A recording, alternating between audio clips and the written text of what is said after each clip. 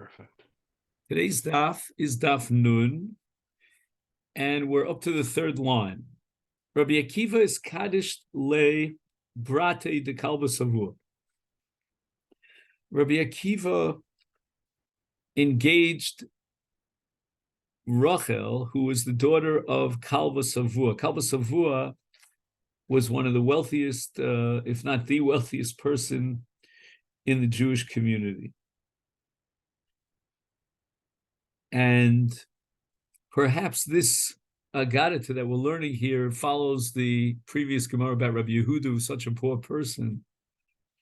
Shoma Kalba Savua, he heard about the fact that she got engaged to Rabbi Akiva. And he wasn't exactly a happy camper, because Rabbi Akiva was at that point pretty ignorant. He was from a mishpach of Gerim. He was poor as a church mouse. And Rabbi Akiva apparently was attracted to Rachel because of her tznius. Adra Hanomi called Nichse. So maybe this is the reason why this Agadat appears here, because we're learning the laws of Mudar Hana. And Kalba Savu is Madir Hana for his daughter Rachel from all his nechasim, Azla v'nan Sibei, but nevertheless she decided to marry him.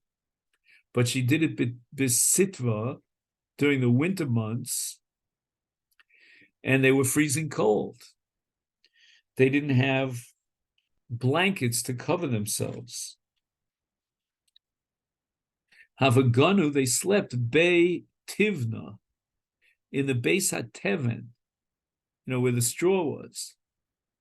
Rabbi Tivna min Masya. And Rabbi Akiva had to collect the pieces of straw that got stuck to his beard or his hair. Omar Lo, Rabbi Akiva said to his wife Rachel, Ihavesli Reminolich Yerushalayim de Dahava. If I had the money, I would create for you a jewel out of gold that would be in the shape of Yerushalayim. This is called the famous Yerushalayim Shel Zahav. What was her name? Naomi Shemer? You remember her? Yeah. Now, the Gemara in Sota Daf Mem Tes tells us that the Ataros Kalos, those crowns for the Kalos, were an ear Shel Zahav. And Rashi interprets it as something called Nushka. But in any event, Tosfos elsewhere in Masechet Shabbos says that this was a Tachshit HaOsui Ke'ein Torah.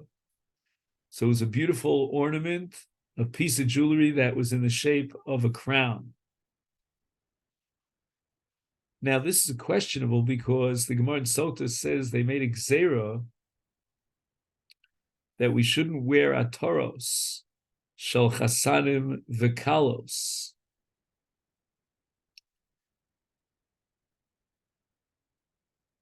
But apparently, since she's no longer a kala, Rachel at this point, he's allowed to give her this atarah. Now, Eliyahu Hanavi the Ran says, came linachamam, and to indicate that there are even people who are in worse shape than they are. Instead of comparing yourself to a rich person, compare yourself to someone who's even more destitute than you are. Idmulu can show he appeared as a man, as a human being. V'kakari above, and he knocks on the door. Amalahu, and he says to them, Havali purta de sivna, please give me a little bit of straw that I can use that straw, because the Yaldis Itzisei, my wife, gave birth. Velesli midam laguna, and I don't have any bed for her to sleep on. So at that point, Rabbi Akiva turns to his wife, Amalei Rabbi Akiva Linsasa, Gavred afilu tivna lo isle. Here, take a look at this person. He doesn't even have straw to sleep on. So we're wealthy compared to him. We can sleep on straw.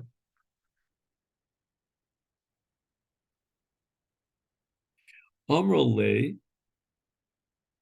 So Rachel turns to Rabbi Akiva and she says, Zil Havi Beirav, go ahead and pack out, go to the Beis Medrash and study Torah. Ozal, Rabbi Akiva goes to the Beis Medrash, he learns Torah for Tarte Sreishnin for 12 consecutive years. Kamei de Rabbi Eliezer, Rabbi Yoshua. LeMishlam Tarte Sreishnin, he comes back after 12 years, and Ka'asal Beise, he comes to his house, but he's still on the outside of his house, and Shoma min achore Beise, he overhears a conversation on the outside between a Rasha, an evil person, and his wife, Rachel, the Kamalei Chad Rachel de Beise. This Rasha says to his wife, you married a man who has two Reusas. Number one, Shapir Ovid Le'avuch. Your father made the right decision in objecting you're marrying this Rabbi Akiva because Chada Delo Domilich, he doesn't have the background, he doesn't have the Mishpacha Chashuva like you have. And the second reason is Shavkas Armolus Chayos Kulshnin. He left you as an almana whose husband is really still alive, but basically she's an almana. She's an aguna. She can't get married. She's in a marriage, and he's nowhere to be found.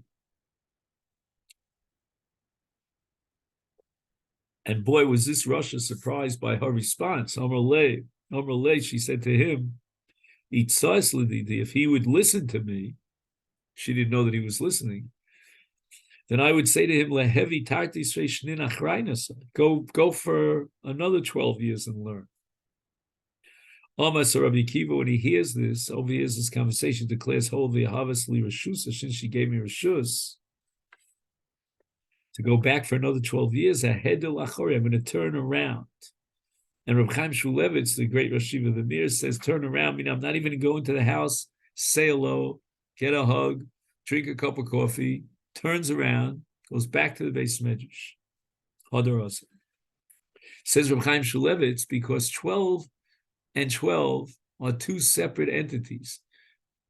And there would be a hefsek, an interruption between the first 12 and the second 12 if he went in and had a cup of coffee. But 24 is that much greater than 12 plus 12.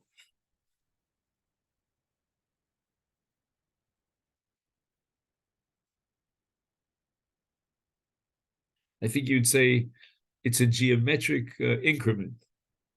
Havitati Srei Shni Achraynis. He went back for another 12 years. Also, the Esrim V'Arba Alofim Zuze Talmidi came back with 24,000 pairs of students.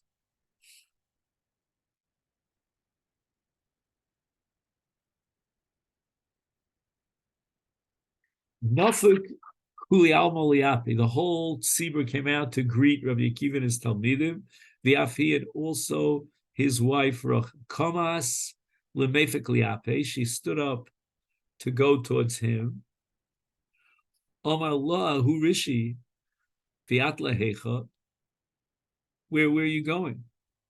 You're going to show up in front of the whole Kihilo. Look at you. You look like such a beggar, such a homeless person. Begadim, you're not even wearing begadim, and you're going to go out to be Makabel Pnei Gadol Adar Amalei. So she said to the Rasha, quoting a pasuk in Mishle, Yodea Tzadik Nefesh Behemto. A tzaddik even knows what his animals need, how much more so what his wife needs. She understood that he would not hold it against her, that she would come in shattered, in tattered clothing. When she came towards the head of the line here to see Rabbi Akiva, the Talmidim, the Chachamim, they pushed her away. So Rabbi Akiva declared, Hanichula, this is one of the most famous words in Shas, Shali v'shalachem, Shalom. All our Torah belongs to her. It's in Hazchus. Shama Kama Savua, Kalba Savua, her father finds out that there's a great man coming into the city. Apparently, for many years, he had wanted to be shol on his neder, but now there was a chacham, of great stature who was here locally. Now it's an opportunity for him to be mater's ned of Ishtere. And they were mater's ned the Ishtere. And at that point, Rabbi Kiva is allowed to have benefit from his nechasim, from his father-in-law's nechasim. The Gemara now tells us about Rabbi Akiva that despite his poverty, he became wealthy because of 6 different occurrences that happened. Shis, Mili, Iater, Rabbi Akiva. Now, the first source of his wealth was Min Kalba Savua, as we said, after his father-in-law was mater the ned.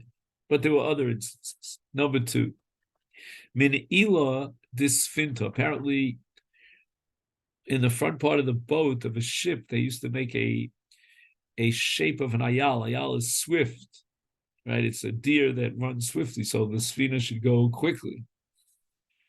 The kol sfinta avdinle min ena. Right, so every boat, every yacht, every ship had a dmus of a carved out, bust of an isle.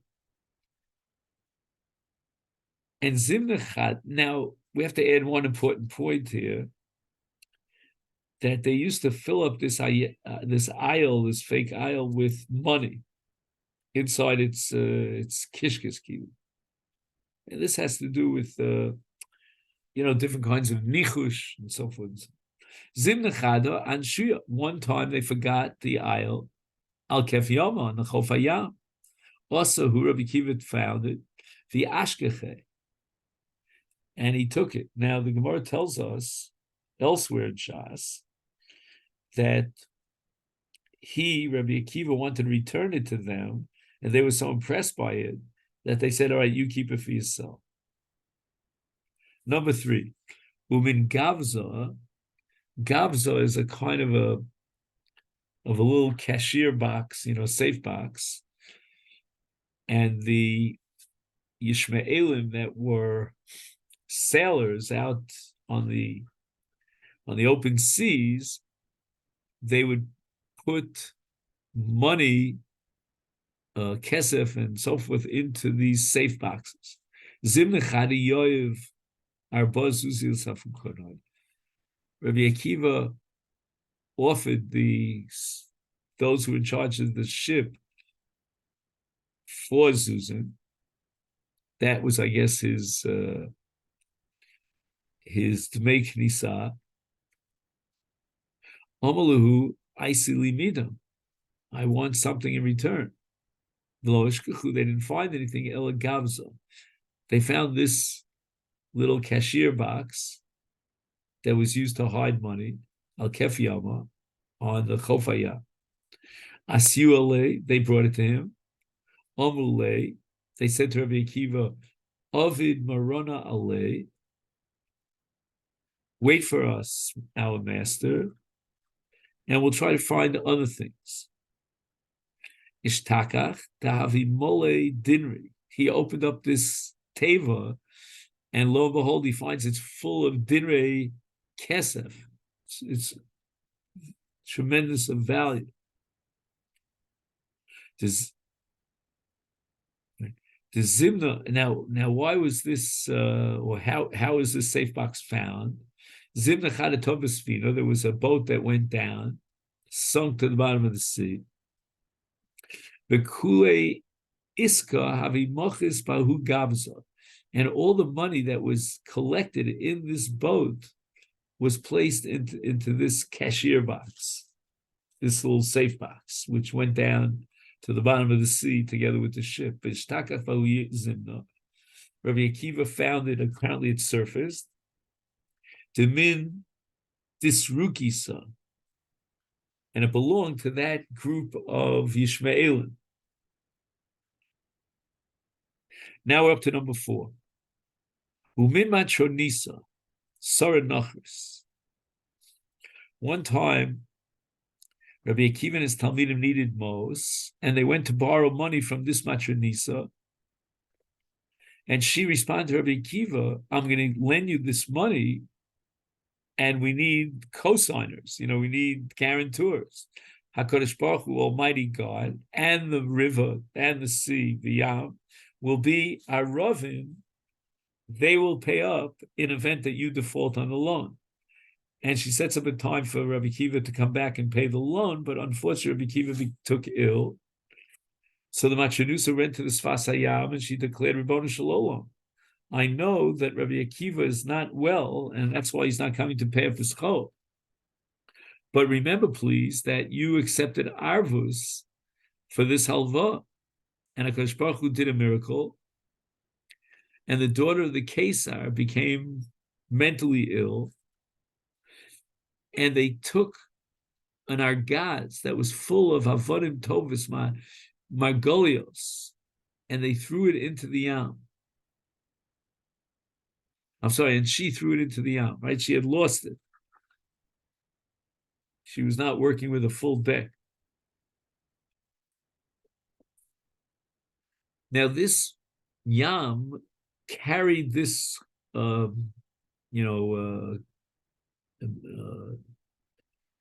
box of mows until it reached the Machanusa. So she took it, and therefore the chov was paid up. When Rabbi Akiva got well and he came to pay up his chov, she said, no, your co-signers, your guarantors have already paid up because Baruch Hu did a miracle, and I found this amazing amount of money. And therefore, I want to give you even more money than what you borrowed. So take some of the, the surplus money from this great miracle that happened.